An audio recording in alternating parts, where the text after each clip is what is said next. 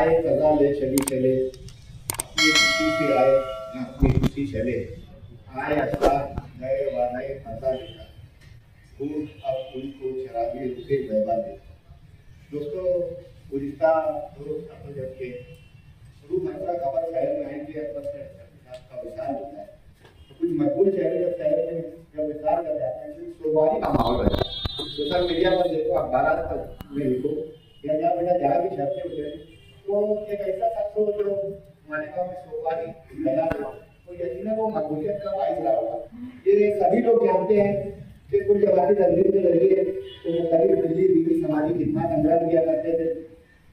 शायद मसलकी तौर पर तमाम मसलब के लिए वो हमेशा लगे रहा करते थे। बम मलाकों के वक्त में मायूसीन के लिए उन्होंने जो कोशिश की है वो जज आई। जिस तरह हजरत निजामुद्दीन और अभी उसको भी दर्जात थे, उसी तरह सूफी साहब के अकबर सेठ के भी हमने देखा कि उनके सहना बताने रहे थे। कभी कभी तो हमने ही देखा कि सूफी साहब से ज्यादा वो मेहनत करते कि कभी वो चले जाते थे उसके बाद भी अकबर सेठ लगा रहा करते कि पंचायती निजाम को सूफी साहब के जरिए उन्होंने जिसको सरकाना वाले नाम कहा जाता है। तो मामला पहले उन्होंने जब सूफी साहब से सीखी थी तो छोटी छोटी पंचायतें भी वो अक्सर सुलझा लिया करते थे। ऑफिसरान से किस तरह बात की जाए कि अपना मिली तशक्कुस भी कायम रह जाए और काम भी बन जाए, ये हुनर उन्होंने सूफी साहब से सीखा था और उसका बेहतरीन इस्तेमाल भी किया था। तो सूफी साहब के मिसाल के अलावा मालेगांव शहर में मौलाना बारी कासमी साहब, मौलाना गरी साहब, जैनुद्दीन मंसूरी साहब, हनीफ पीर साहब के बेतिसाई नगर में चलो रहा है हर नक्शा बुलंद है दीवार की तरह। बेशुमार ऐसे काफी हम लोगों से जब जुदा हुए तो एक आखिरी चराग थे। अकबर सेठ का अभी चले जाना यकीन मानिए कि बहुत बड़ा सानिया है। मालेगांव शहर में आज यहाँ पर ताजियत का एहतमाम किया गया। मैं मुंतजिर के लिए मशहूर हूँ। हयात अंसर ने जो कहा है मुस्तकीम भाई से भी गुजारिश करता हूँ कि मालदा सिवार इलाके में करबाग चार यहाँ वो रहा करते थे। अगर यहाँ उनके नाम से कोई गली या कोई तामीर कर दी जाए तो जिंदा व जाविद रहेंगे। आने वाले वक्त में लोगों को हौसला मिलेगा कि समाज के लिए जब काम करो तो उन लोग बेहजार हो जाए। दोस्तों नाम उनका शेख अकबर शेख वजीर था, उम्र 67 साल थी। ये इनका खानवादा कन्नौज से मुलाकात इख्तियार करने के लिए मालेगांव शहर आया था। इब्तिदा में ये लोग आजाद नगर रहा करते थे। आजाद नगर के बाद ये मालदा गाँव पूरा में रहने के लिए आए, जहाँ गरीब नवाज मस्जिद उस इलाके में। लेकिन सारे शहर में वो मकबूल थे। वकला के साथ उनके मरासिम हो, वकील साहब बैठे कि वकला के साथ वक्त देना, इनके साथ बम्बई जाना। मलाकों के वक्त के हमने देखा, 12 नवंबर के वक्त में हमने देखा। हिकमत अमली तो ऐसी रात होती थी, कभी कभी सूफी साहब को बोल दिया करते थे सियासी तौर पर तुम इधर रहो मैं इधर रहता हूँ, लोगों का काम होना चाहिए। तो जो मामला पहली हमने अकबर सेठ में देखी और हम साथियों के साथ भी उनके मरासिम बहुत अच्छे रहे कि कहीं किसी से जब कोई बात आ जाती थी तो सूफी साहब के बाद वही रहा करते थे कि मामला पहले करवा दिया करते थे। साथियों से बहुत ज्यादा तो खुश नहीं रहते। इत्तेसाम भाई बैठे, इरफान भाई बैठे। मैं आज इस मौके पर शहर के तमाम साथियों की मेहनत से, इलेक्ट्रॉनिक मीडिया, प्रिंट मीडिया की मेहनत से दुआ कहूँ कि अल्लाह उन्होंने जो अच्छे काम किए उसके बदले में वो उनकी सैयाद को दर उधर करना, उनकी असलात को सर पे कब्जे तक करना, उनकी बाल बाल मकबरत करना, उनकी कब्र को नूर से भर दे। वसीला सरचश्मे जो सका साबाए रोज़े जला हजरत मोहम्मद मुस्तफा सल्लल्लाहु अलैहि वसल्लम। नशिस्त के सदर दीगर मौजूद शख्सियत चाचा से हमारे ताल्लुकात तो ऐसे है कि जब वो कन्नड़ में थे और हम लोग औरंगाबाद जाते थे तो हम लोग जब तक कन्नड़ रुकेंगे नहीं तो हमारी गाड़ी कन्नड़ के आगे जाती नहीं थी।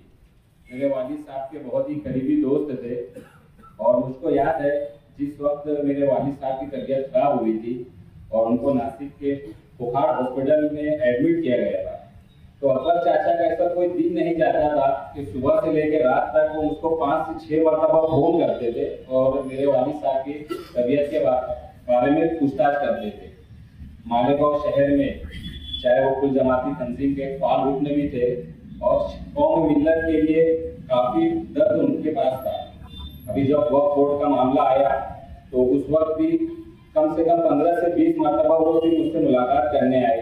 हमारे जो सीनियर एडवोकेट अजीम खान साहब से मुलाकात करने आए और कोई भी अगर कोई प्रोग्राम रहता था तो चाहे वक्फ बोर्ड के ताल्लुक से हो या 12 नवंबर का जो हादसा पेश आया था, ट्रिपल तलाक का जो मामला था, तो वो उनके अंदर ऐसा था कि वो जब तक के किसी से मुलाकात ना करे, वकील से या बातचीत ना करे, तो वो फोन करते रहते थे। अगर फोन नहीं उठाए कोर्ट में खान साहब ने, तो वो कोर्ट में आके बैठे रहते थे उनके इंतजार में। उनका यूं जाना दुनिया से तो उनके खानवादे के लिए नहीं, बल्कि हमारे शहर मालेगांव के लिए भी काफी बड़ा हादसा है और एक नुकसान हुआ है। मैं अल्लाह ताला से दुआ करता हूँ कि अल्लाह ताला उनकी करवट करवट मग़फ़िरत फरमाए। और जिस तरह अभी हयात अफजल साहब ने बोले हैं और मंसूर भाई ने बोले हैं, तो इंशाअल्लाह ताला मैं मुस्तकीम भाई को भी कहना चाहता हूँ कि उनके नाम से प्रभाग नंबर 4 या खास तौर से जिस एरिया में वो रहते थे, उस एरिया में उनके नाम से कोई चीज शुरू की जाए। क्योंकि अकबर सेठ सूफी गुलाम रसूल कादरी साहब के इंतकाल के बाद से और ज्यादा वक्त देने लगे थे शहर के लिए, कौमी मिल्लत के लिए। और अक्सर मैं देखता था कि जब भी अकबर चाचा कोई काम रहता था और अगर सूफी नूर एन साबरी साहब जो है वो उनके साथ ही रहते थे, एक सरप्लस की तरह उनका साथ देते थे। उनके जाने से उनका भी बड़ा नुकसान हुआ है। तो मैं अल्लाह ताला से दुआ करता हूँ कि अल्लाह ताला उनकी मग़फ़िरत फरमाए। और हम खानवादे अकबर सेठ जो है उनके घर में बराबर के शरीक है। इतनी बात कहकर मैं अपनी बात खत्म करता हूँ।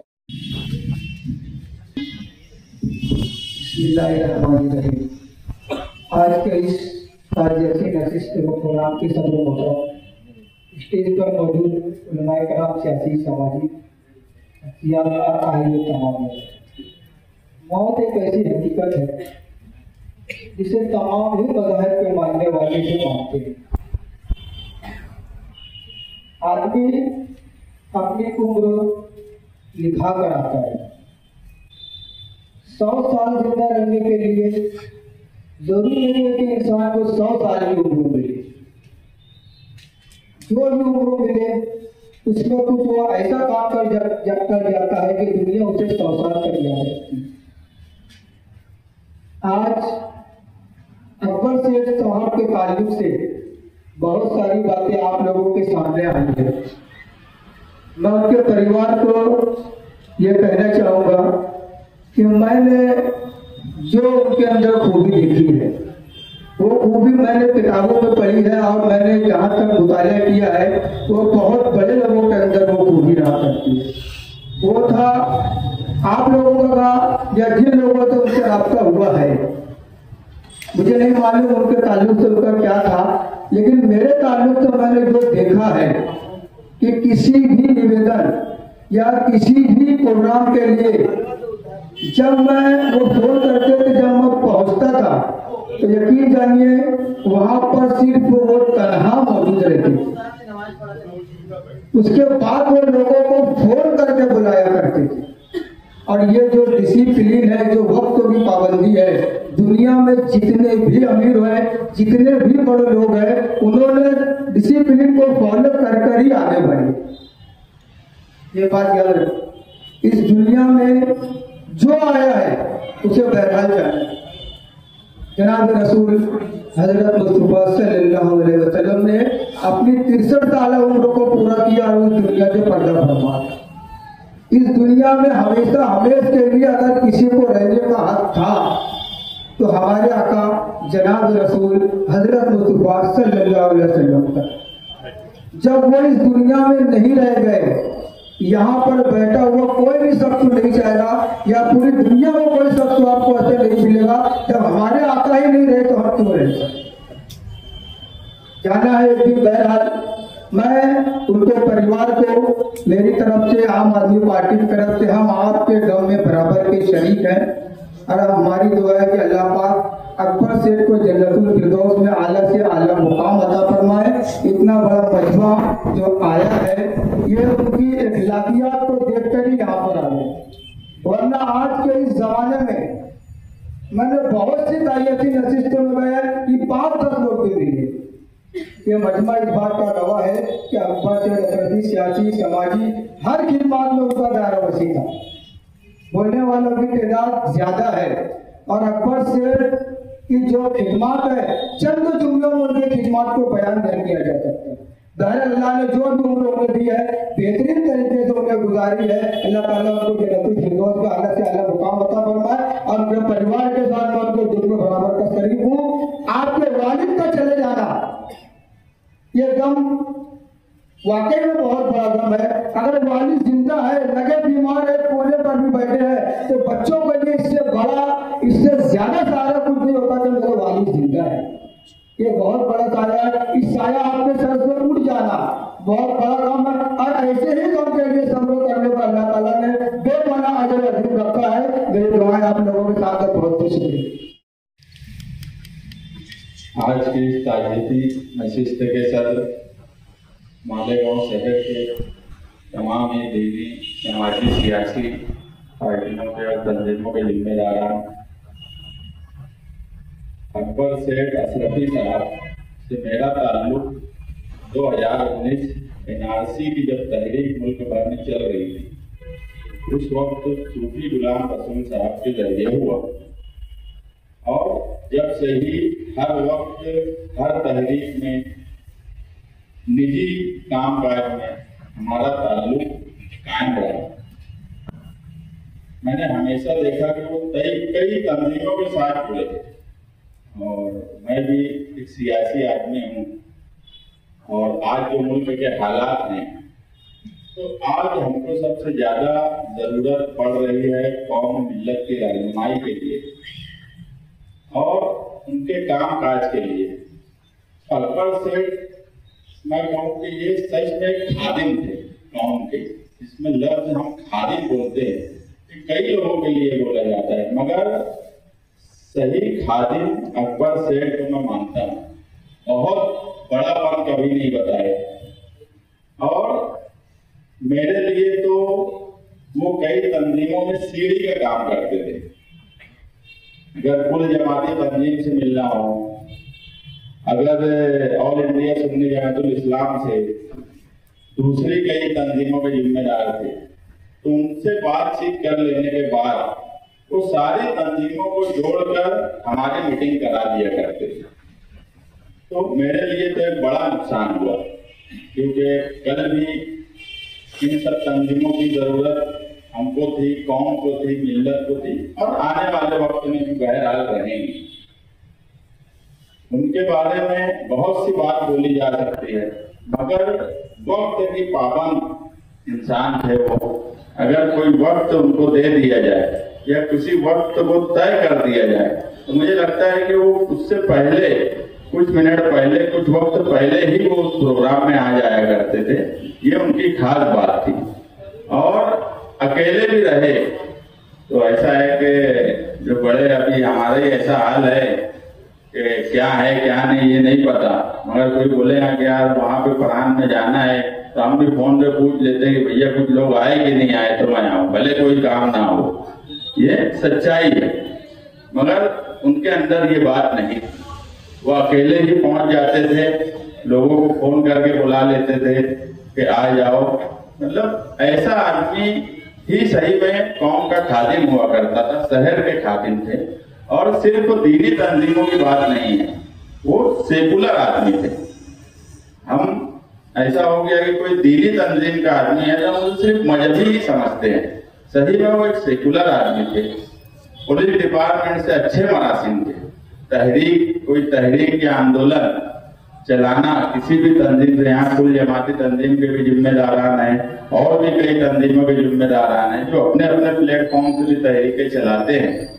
वक्त आता है तो शहर की रहनुमाई करते हैं, मिल्लत के लिए दर्द रखते हैं। तो सबको पता है कि कोई तहरीक चलाना, कोई तहरीक पर काम करना, उसके लिए, और तहरीक पुरअमन चलाना, तहरीक वही कामयाब है जो पुरअमन हो।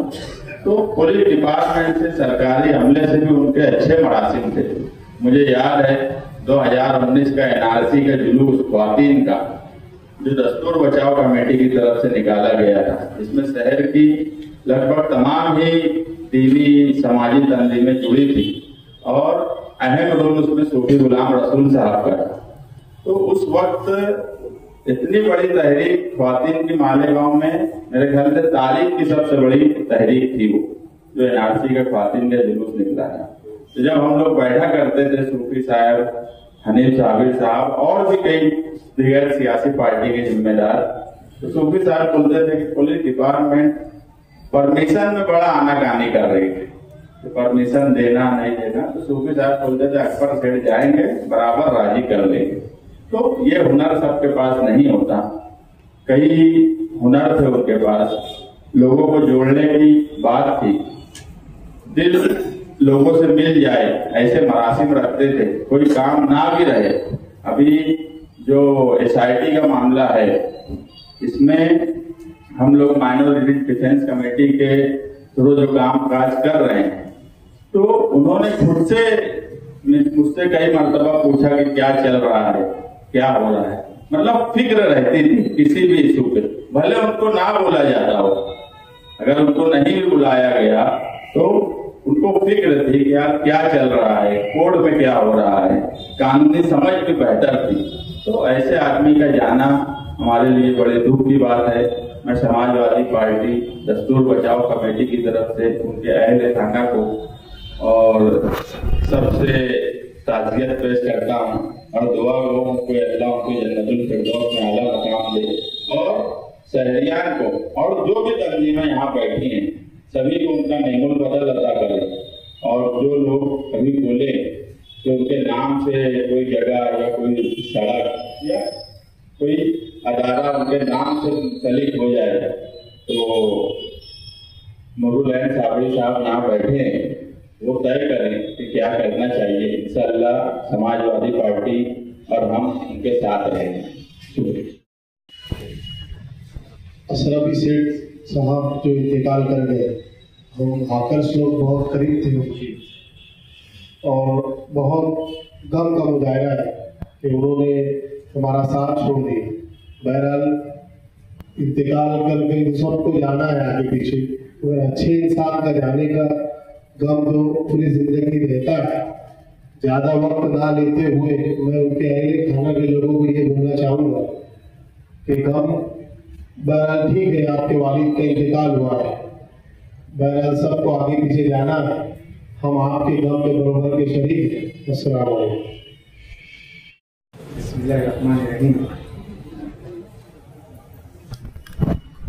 जिंदगी में अगर सबसे बड़ी कोई हकीकत है तो वो है ईमान। जिंदगी में सबसे बदतर चीज जो है आज ईमान। कुछ जिंदगियां ऐसी होती है जिनका मकसद होता है इंसानी खिदमत। इनमें से थे हमारे अकबर अशरफी सेठ साहब। बहुत मौकों पर हमारा उनका साबिका हो। मौसूफ की जो खुसूसियात थी मुझसे पेश दो मुकर्रिरीन ने बयान की कि किस तरीके से वो हर मैदान में जो है अपनी खिदमत को अंजाम देते थे। आज जब अचानक से उनका इंतकाल हुआ और वो आज हमारे बीच में नहीं रहे और हम उनकी जो खिदमत को याद करते हैं, तो यकीनन ये महसूस होता है कि ये खिलाफ पूर्ण नहीं हो सकता। आज उस शख्सियत का नैनो बदल हमारे दरमियान हमें नजर नहीं आ रहा। ऐसा ही अचानक सामना हजरत मौलाना सूफी गुलाम रसूल साहब के इंतकाल के बाद शहर को दरपेश आया था। एकदम से ऐसा महसूस होता था कि अब समाजी, मिली और दीगर शोबे में जो मर्दाना और मुजाहिदाना क़यादत की जरूरत है, अब इस खिला को या इस जगह को अब कौन हासिल करेगा, कौन आगे बढ़कर इस तरीके की जिम्मेदारी निभाएगा। मरहूम मौसूफ में सूफी गुलाम रसूल साहब की चंद खुसूसियात उनके साथ रहते रहते एकदम से शहर पर आया हूं, जिस बेबाकाना तौर पर हसास मौजू पर भी अलहाज अकबर अशरफी सेठ साहब नुमाइंदगी करते थे। यकीनन वो जो है हम लोगों के लिए काबिल फख्र है। मौत बरहक है। हमारे फैरोज आजमी साहब ने जो आयत पढ़ी थी कि कुल्लु नफ्सिन ज़ाइक़तुल मौत, हर नफ्स को जो है मौत का मजा चखना है। जो इस जिंदगी में जो इस जहान में आया है उसे जाना है। हम इस अजीम सामने पर तो उनके जो पसमंदेदान हैं, जो उनके लवाहकीन हैं, हम उनसे इजहार ताज़ियत पेश करते हैं और अल्लाह ताला से दुआ गो है कि अल्लाह मरहूम को करवट करवट जन्नत नसीब फरमाए, उनकी बाल बाल मग़फ़िरत फरमाए, उनकी सय्यात को हसनात पर ऐसे मुबद्दल फरमाए और हमें जल्द से जल्द जो है उनका नेमत बदल अता फरमाए। वाखिर दावाना आगे पीछे की नहीं, मसला ये है कि बोलने की कैफियत होनी चाहिए। मैंने होश संभाला, मेरे रिश्ते में भाई लगते थे हुजूर सूफी मिर्जा साहब, मेरी वालदा उनकी बुआ लगती थी तो वो बुआ के पास आते थे और मैंने जब होश संभाला तो उनके अपने सरों पर उनका दस्त शफकत पाया, उनकी मोहब्बतें पाई। तब से लेकर आखिर वक्त तक हुजूर सूफी मिर्जा साहब मेरी सरपरस्ती, मेरे मुश्किल को मुरब्बी थे, मेरे बड़े भाई थे और मैं बस्ती में रहा करता था कि कुछ भी उल्टा सीधा कर लो, ऐ सूफी साहब संभाल लेंगे। जब अचानक सूफी साहब हम सबको छोड़कर चले गए तो मैं बहुत परेशान थी, जब तेरी मस्ती गई अब तुझे कौन संभालेगा। मगर मुझे लगा कि मेरे भाई ने मुझे ताना नहीं छोड़ा, जाते जाते मेरी झोली में दूसरा भाई मोहब्बत करने वाला अकबर सेठ की शक्ल में डाल के चले। कुछ भी होता था फोन में करता था, अकबर सेठ साहब बोलते थे कि तुम बताओ मैं। हम अपने लिए वक्त नहीं निकाल पाते, अपने माँ बाप के लिए वक्त नहीं निकाल पाते, अपने बच्चों के लिए वक्त नहीं निकाल पाते, हम अपने अहले खाने के लिए, रिश्तेदारों के लिए वक्त नहीं निकाल पाते। अल्लाह ने ऐसी भी शख्सियत अता की है जो हर पहचान दे, पहचान वालों के लिए भी वक्त निकाल देते हैं और वक्त भी ऐसा इतना मोहब्बत भरा। अकबर से कुछ काम है तो उनको मैं आता हूँ, जरूरत प्यासे कोई क्यों कुएं के पास जाए, यहाँ कुआं ऐसा कुआं जो बोलता है कि मैं आता हूँ और कोई भी काम हो जाएगा। और सिर्फ तसल्ली नहीं, सब लोगों ने बताया। अब मैं तो कल से हैरान हूं, यकीनन मेरा भतीजा, मेरे भाई का जो जानशीन है, हुजूर सूफी मिल्लत ने अपनी हयाती में अपनी जिम्मेदारियों का बोझ छीन के कांधे पर डाला था, नूरलैन साहबी साहब, जिन्होंने सूफी साहब के बनाए हुए कारवां को आगे बढ़ाया है।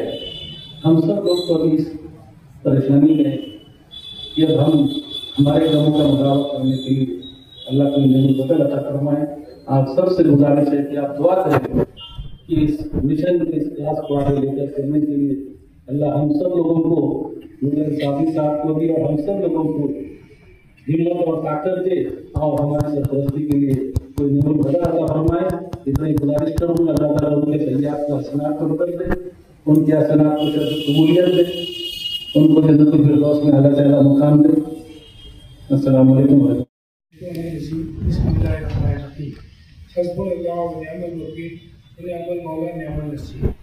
आज की इस ताज़ियत के रिश्ते में जितने भी लोगों ने मेरे वालिद मोहतरम अकबर सेठ अशरफी की खूबियाँ और अच्छाइयाँ बयान की, ऐसे में तमाम लोगों का तहे दिल से शुक्रिया अदा करता हूँ, अपनी जानिब से, अपने परिवार की जानिब से। और इंशाअल्लाह मैं उनके नक्श कदम पे अपने कामों को करते हुए कौम मिलत की खिदमत करने की पूरी कोशिश करूँगा। अल्लाह हाफ़िज़।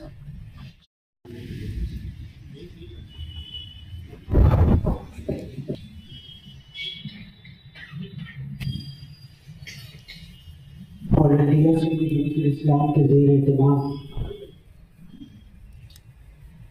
आज ये ताज़ियती नशिस्त रखी गई। यकीनन मेरे वालिद से मेरा उतना दोस्ताना ताल्लुक नहीं रहा जितना ताल्लुक सेठ अकबर शफी से हो गया था।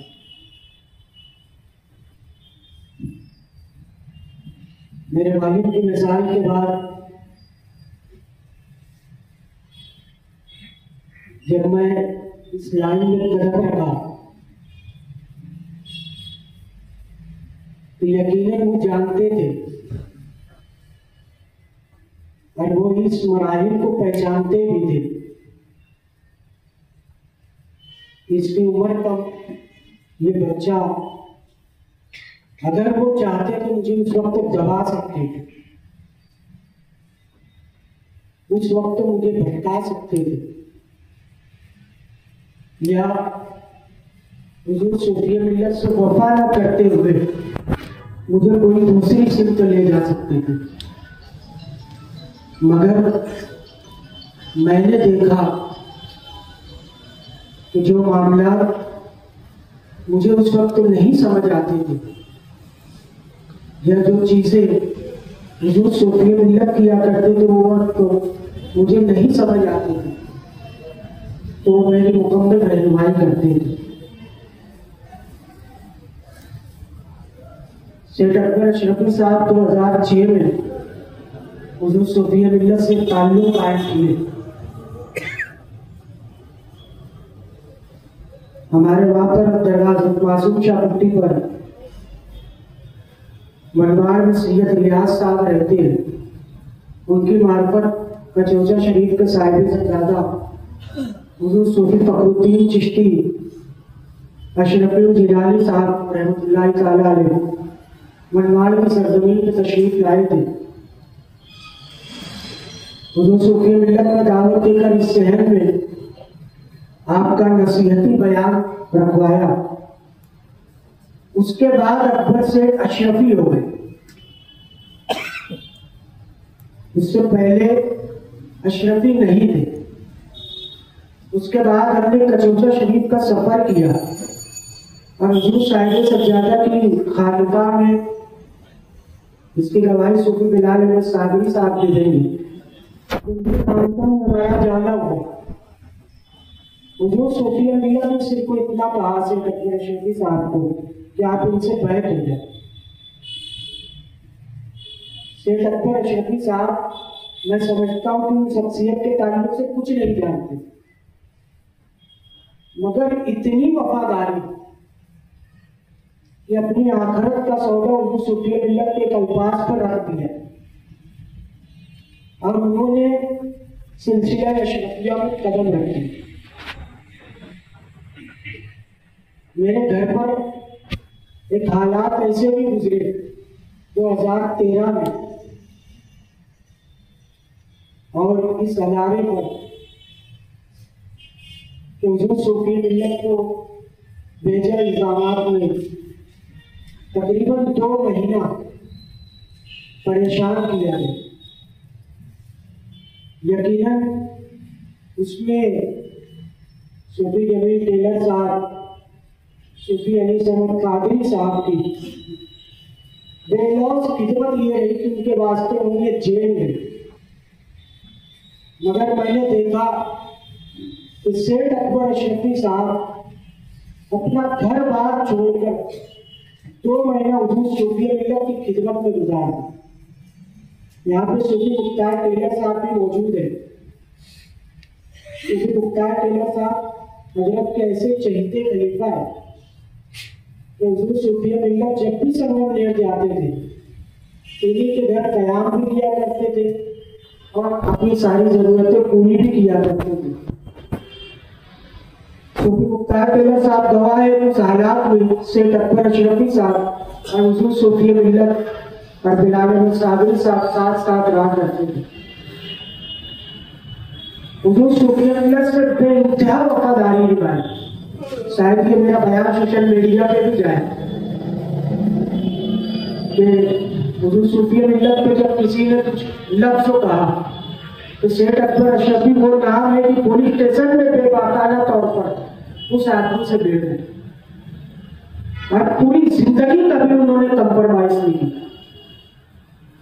हुजूर सूफी मिल्लत ने पूरी जिंदगी जो इत्तेहाद के साथ काम किया, सेठ अकबर अशरफी साहब ने भी वही काम किया।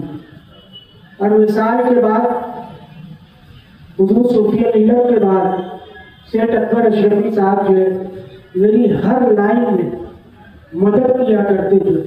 अलबत्ता मैं ये कहूँ, अभी मैं रमजान मुबारक में जब तीसरा चौथा रोजा लगा तो मुझसे कहने लगे कि आप सुबह जल्दी उठ के दरगाह पर आओ। मैंने कहा कि सेठ आप लेने आ जाए, जबकि वो जानते थे कि मैं तैयार 1-1.5 घंटे में होता हूँ, मगर मैं बोलता था आप आना, मैं 10 मिनट में तैयार हो जाऊँ। वो आकर 1.5 घंटा हम वक्त बैठा रखते हैं, 1 घंटा 1.5 घंटा आधा घंटा, मगर कभी उन्होंने मुझसे शिकायत नहीं की कि आप ये सारी चीजें करते। हमेशा वो यही कहते रहे कि मेरी जिंदगी के आखिरी लम्हात उन्होंने सूफिया मिल्लत की वफादारी में गुजर गया और उन्होंने वो निभाई। इस अदारे के लिए मैं समझता हूँ कि वो एक ढाल बनकर खड़े रहते। जब कभी कानूनी दुश्वारी आती, जब कभी कोई मुसीबत आती, चाहे अदारे पे, तंजीम पे या तंजीम के अफरादों पे, सेठ अकबर अशरफी साहब हमेशा जो है वो पहले अव्वल वक्त में पहुंचा करते थे। उनकी खिदमत बहुत है और बेलौस खादिम का नाम सेठ अकबर अशरफी है। अभी चंद दिन पहले जब वो इस मर्ज में मुब्तला नहीं हुए थे, हकीम इसराइल साहब गवाह है कि हम लोग यही दरगाह के होटे पर बैठे हुए थे। उन्होंने कहा कि सीने में दर्द हो रही है। हकीम इसराइल के साथ उन्होंने डॉक्टर अंजुम के वहां पे जाकर दवा लाया, तो डॉक्टर साहब ने बताया कि गैस की तकलीफ है और दवा गोली दे दी। मजाकन उन्होंने कहा कि यार मुझे गैस की तकलीफ नहीं समझ में आ रही। फिर जो मर्जी बोला थी कि 2 दिन के बाद उनको अटैक आया और डॉक्टर दौलत वहां दाखिल हुई। 2 दिन रहने के बाद जो है उन्हें बहुत अच्छा लगा, तो उनके फर्जंदगान ने और उनके भाई डॉक्टर साहब ने मशवरा किया कि आप घर लेके चलते, 2-4 दिन गोली दवा खिलाते, कुछ आराम पड़ा तो फिर आगे का लाएअमल तय करते। मगर आराम नहीं हुआ तो हमने सब लोगों के मशवरे से उन्हें बाईपास के लिए ले जाया गया। बाईपास ऑपरेशन के 10 मिनट पहले जब वो ऑपरेशन थिएटर में जा रहे थे, अख्तर मिंबर साहब गवाह मेरे से 5-7 मिनट उन्होंने बात की और 5-7 मिनट बात करने में पहला जुमला भी उनको मुझे शॉक कर गया, तो मुझे झटका दे गया। मैंने जैसे ही सलाम किया तो उन्होंने कहा कि साहब आप टेंशन मत लो, यहाँ सब बाईपास के ऑपरेशन के मरीजों को मैं देख रहा हूँ, सब 2 दिन में आ रहे, 3 दिन में आ रहे, अपना ऑपरेशन करा रहे, चले जा रहे, कुछ नहीं होगा। मुझे तसल्ली के अल्फाज बोलने ही नहीं दिए उन्होंने। 5-7 मिनट मुझे ही तसल्ली दी। फिर उसके बाद जो है शहरी हालात पे बातचीत हुई। मैंने कहा कि आप फिक्र ना करें, आप जाए, ऐसा वैसा सारी चीजें बातचीत हुई गई। आखिरी लम्हात में नासिक में संगम ने सूफी मुख्तार टेलर साहब को उसको मुबारक, मैं मेरी गाड़ी लेके नासिक से गए। सूफी बिलाल साहब से कहा कि आप अपनी गाड़ी लेके मनवाड़ी वगैरह से जाए। 4:30 बजे हम लोग वहाँ पहुंचे तो नासिक साहब बैठे, इन्होंने बताया कि डॉक्टर मिलने नहीं देंगे, सुबह का वक्त तो मिलने का है, शाम का वक्त है, आप मिल नहीं सकेंगे। मैं उन्हीं से गुफ्तगू करके खड़ा था और किसी भी तरीके से हिम्मत लगाने की कोशिश कर रहा था कि मेरे बहुत साथी है सूफी मिल्लत साहब के वसाइल के बाद, अख्तर सेठ के बाद, अगर मेरा किसी भी मामले में बेलौस अगर किसी ने मेरा साथ दिया तो मोहम्मद रमजान मोहम्मद अब्बास साहब है। वो अपनी हिम्मत लगा के ऊपर से आ गए थे कि मुझे कैसे वहां रूम तक पहुंचाना। मेरे को बोला कि आप चले, मुझे लेके गए, मैं रूम में दाखिल हुआ। 5-7 मिनट पढ़ा रहा, वापस आया। मैं जिंदगी भर उनका एहसान हो जाऊंगा। 5-7 मिनट में खड़ा रहा, वापस आया। तो रमजान भाई ने कहा कि आप बात किए थे? बोले नहीं। बोले आप वापस जाओ और बात करके। तो मैं वापस गए, डॉक्टर से बात किया, सेठ अकबर अशरफी साहब से 3 मिनट बात की। मैंने कहा कि सेठ खैरियत से हो? तो आदमी आकी बोली। फिर मैंने कहा सेठ खैरियत से हो? तो पूरी आकी खोल के मुस्कुराए। मैंने कहा कि यार बाहर सब बोल रहे हैं, आप हाथ तो सब उठाने लगे, तो यार सीधा हाथ उठाओ। तो आपने सीधा हाथ उठाया, फिर उल्टा हाथ बोला, फिर पैर बोला, तो सब तरीके से आए। फिर मैंने कहा कि यार नीचे हकीम इसराइल भी आए हुए हैं, वो डॉक्टर एक ही आदमी का परमिशन दिए, तो मुस्कुराए। मैंने कहा और साथी है। तो ये सारे मामला बहुत अच्छे थे, ऑपरेशन कामयाब था, मगर जो मर्जी मौला थी उसके आगे हम लोग सब बेबस है। मौत एक हकीकत है जो हर जिंदा इंसान को, हर जीव को उसका मौत का मजा चखना है। सेठ अकबर अशरफी साहब उनको हमेशा याद करते रहेंगे, उनके काम को याद करते रहेंगे। इस वक्त तो मेरी पोजीशन, मैं जब प्रोग्राम सज रहा था तो बरकती मुस्तफा सर से कहा कि आपको यकीन है क्या कि आप प्रोग्राम सज रहा है? बरकती सर ने कहा कि नहीं, मुझे भी सुबह किसी ने बोला कि यार ये कौन सा प्रोग्राम होने वाला है, तो मुझे भी यकीन नहीं है। और यकीन जाने मैं इस वक्त खड़ा हूँ, इस वक्त भी मुझे यकीन नहीं है कि मैं सेठ अकबर अशरफी की ताज़ियत में कलमात दे रहा हूँ। ऐसी शख्सियत के मालिक और आप तमाम हजरात का, जो शहर के लोग, मुअज़्ज़ज़ शख्सियात, आप तमाम हजरात हमारी अपनी दावत पे खराज अक़ीदत पेश करने के लिए, अपने इज़हार ख़याल पेश करने के लिए यहाँ तशरीफ़ लाए। आप तमाम हजरात का शुक्रिया अदा करता हूँ। साथ ही साथ ऑल इंडिया सुन्नी जमात इस्लाम दरगाह हज़रत मासूम शाह कुट्टी ट्रस्ट, बिना नाबीनाओं का मदरसा दाखिल नसीबत फैज़ुल कुरान ट्रस्ट की जानिब से सेठ अकबर अशरफी खानवादा को मैं ये मुकम्मल तौर पर यकीन दिलाता हूँ कि जब भी आप सेठ की कमी महसूस करें या सेठ जो काम किया करते थे उस काम के ताल्लुक से हमें हर वक्त याद करें। इंशाअल्लाह आपकी खिदमत में हम सेठ की तरह खड़े रहेंगे और आप तमाम हज़रात का ऑल इंडिया सुन्नी जमात इस्लाम की जानिब से शुक्रिया अदा करता हूँ। अस्सलाम वालेकुम रहमतुल्लाह। अस्सलाम वालेकुम व रहमतुल्लाहि व बरकातुहू।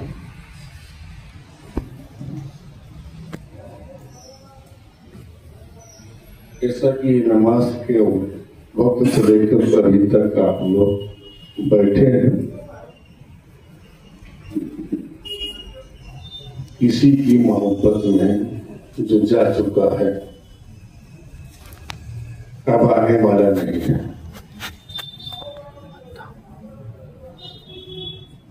हम भी 40 दिन के सफर में से पहुंचे हैं, अभी मुकम्मल आराम नहीं हुआ, हमें खबर भी नहीं लगी। हम तो कल प्रोग्राम में थे तो हमें खबर लगी कि इंतकाल हो गया, फिर हम पहुंच नहीं पाए।